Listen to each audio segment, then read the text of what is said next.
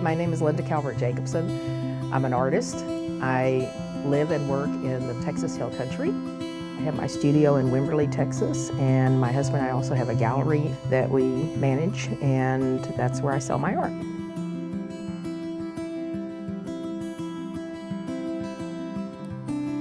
When I was about 12 years old, I got a hold of a Sears wish book and flipped over to the art section, and I ordered a little oil painting set. And that was really the beginning. The very first thing I painted was a little bowl of fruit with apples and a banana and an orange. And it looked like something that a 12-year-old would do, but I was pretty proud of it, and I still have it somewhere. I was actually in a job that I was getting frustrated and unhappy with, and I got out some old paints and I started just doing some abstract work. And as I worked on the paintings, they started looking like flowers.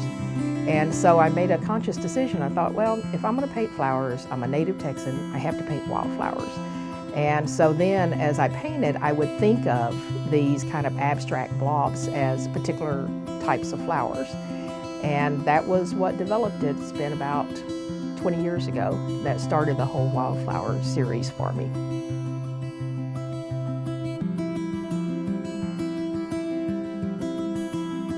My dad had this one corner of our farm that every year bloomed in bluebonnets and Indian pinks. They were just gorgeous. And he was a farmer. I mean, everything else he plowed and planted and baled hay and everything. And I remember asking him, I was probably about 5 or 6 years old, and I remember asking him about why he didn't plow that field. And he said it's because he liked the flowers.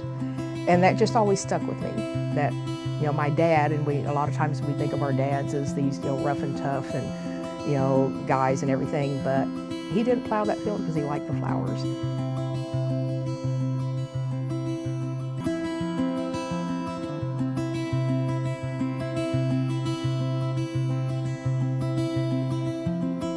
It's a part of who we are. Nature is a part of us. That's the reason why I think I work so hard to capture some of that on canvas. And I never do it justice, and I know that. But that's what I'm working to do. And so I'm trying to do that through the use of color, through the textures, through the use of contrast, the color combinations, the technique, because I tend to be fairly abstract with my work. I'm not trying to exactly duplicate every little nuance of a blue bonnet or a lantana or whatever the flower is that I have in my head at that point. Instead, I'm trying to capture the essence of it. I don't necessarily look at photos. I'll kind of start by saying that. However, I have literally hundreds of reference photos that I have taken over the years on both just doing little drives through the hill country as well as the trips that I take across the United States. Sometimes it's easier to find it in a stack than to go back through my thousands that are on my phone and try to find them.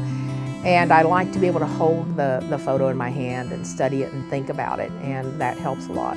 I don't do any kind of a drawing in advance. It's more spontaneous, that I just kind of start putting paint on the canvas. I might do a thin wash at first just to kind of set the colors and think about where I want the colors to be, and then I'll start layering and adding the paint on top of that. It's taken me a lot of years to kind of get to the point that I know what the paint's going to do, or try to anyway.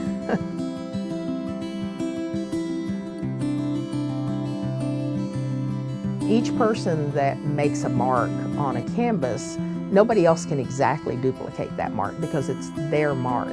And so I feel like when I paint, it's mine. That's something that I can do uniquely that no one else can quite do the same.